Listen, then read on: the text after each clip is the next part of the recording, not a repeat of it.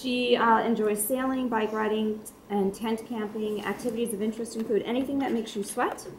City of residence, Dunedin for 15 years. She's been in the area for 30 plus years. Her burning desire is to create a successful business. And something no one knows about me is that she is a mighty beaver. Trust me on this one.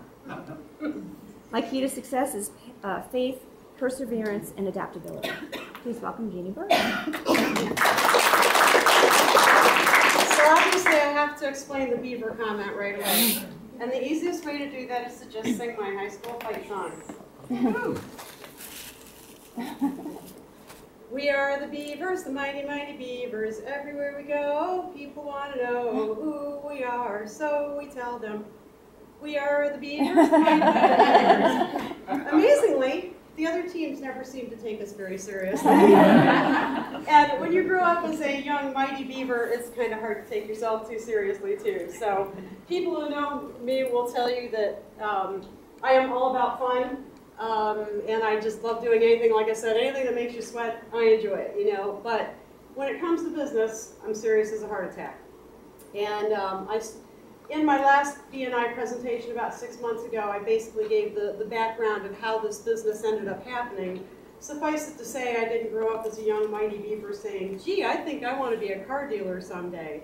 But I love machines, went into aviation, I was an aircraft mechanic, and had a shop for a number of years. Then I was a stay-at-home mom.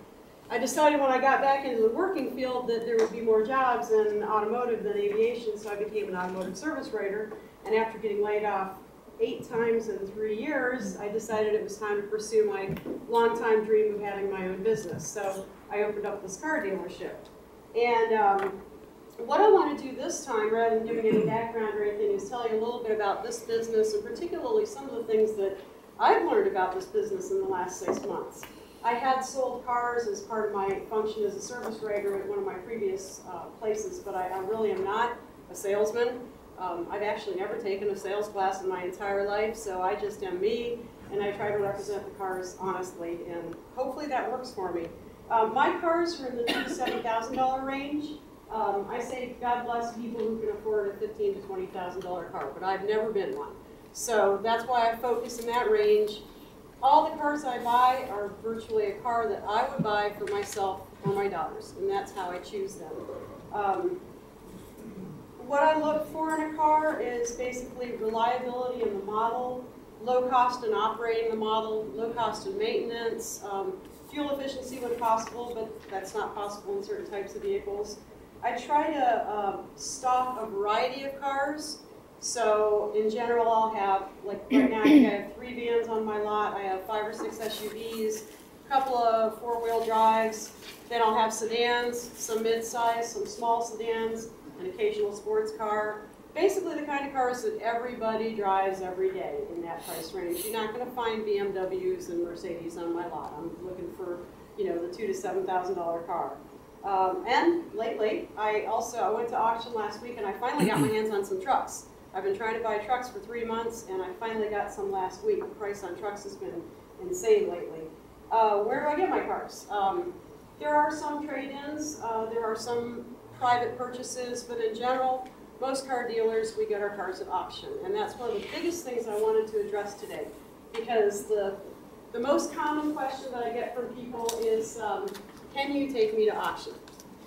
The answer to that is no, I can't. I know there are dealers who do. I cannot. And there are 3 reasons. First reason being that when I signed up for access to the auction, I agreed not to do that. That's one of the rules. So basically it's unethical to take somebody to auction, but there's a reason for that. And that gets into the other 2 reasons. The nature of the cars and the nature of the auction. Trust me, no one else in this room is prepared to go to that auction and face what it's like and actually have to purchase and then turn around, stock your inventory, and make a profit off of it. The auction is a brutal environment. The nature of the cars, why is the car at auction to begin with? First of all, there is something wrong with every car that's at auction. That's why it's there. It may just be that it didn't fit the lot. If you're a new car dealer, you get an 8-year-old car in, you don't sell cars that old on your used car lot, so you send that to auction. Those are the very expensive cars. Those aren't the ones I'm in the market to buy. Either that or they'll need repairs, or they'll need body work, or they may be selling it just for cash flow because that car's been on their lot for 5 or 6 months and they need to turn it around. So there are reasons why all those cars are at auction, and that's my job to find out. Now, when I go to the auction, I am generally the only woman actually bidding on cars. There's very few women even there, but the ones that are there aren't trying to buy cars. Luckily, with my aircraft maintenance background and my service writer background, I stand a little bit better chance than the average person of getting a good deal and finding a good car. And what I'm looking for is, say for instance, I have one car over here with a cracked windshield, broken windshield. One car over here with the AC not working. I'm going for the one with a broken windshield because I know what that's going to cost me to fix. This AC over here, I don't know. So now we're going to get into the nature of the auction. First of all, it's extremely fast-paced. And when you hear the classic auction da-da-da-da-da stuff, that's exactly what it's like. And you have to learn how to hear in that little clues like odometer rollback or frame damage. And they say it so rapidly, unless you really know what you're listening for, with all those distractions going on, you can miss a very important piece of information. Another thing is that one car, the model and the features and stuff are very, very different. So one might be a Nissan Altima, this is a Nissan Altima, but this one's worth $1,000 more for various reasons. It's got good tires, it's a better model, it's got more features.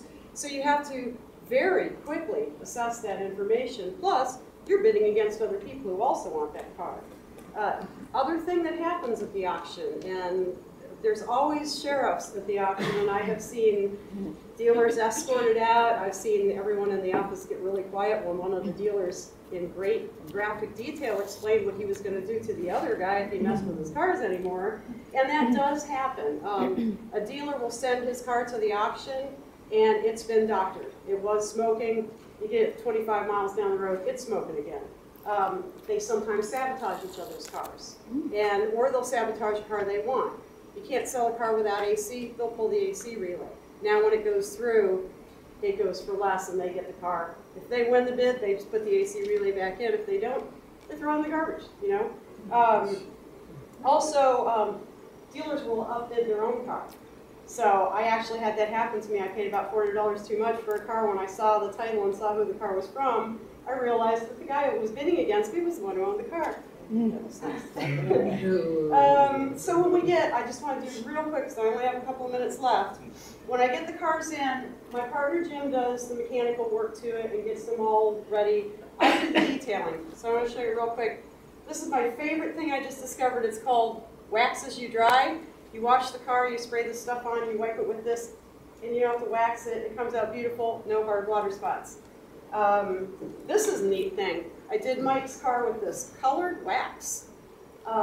There's black, there's red, there used to be green. You wouldn't believe what this does to a car with spidered paint. And then we have Elmer's glue. Interior pieces, if that doesn't work, we pull out the glue gun.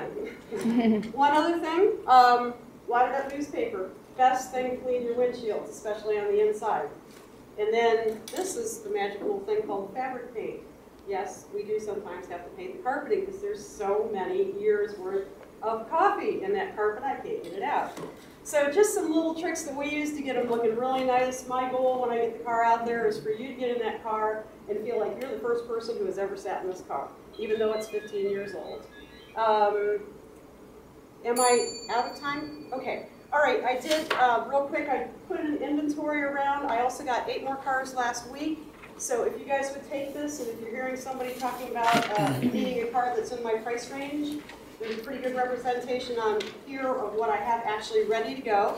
And then I'll have some more cars ready very soon. And thank you for your time. Boy, did that go fast.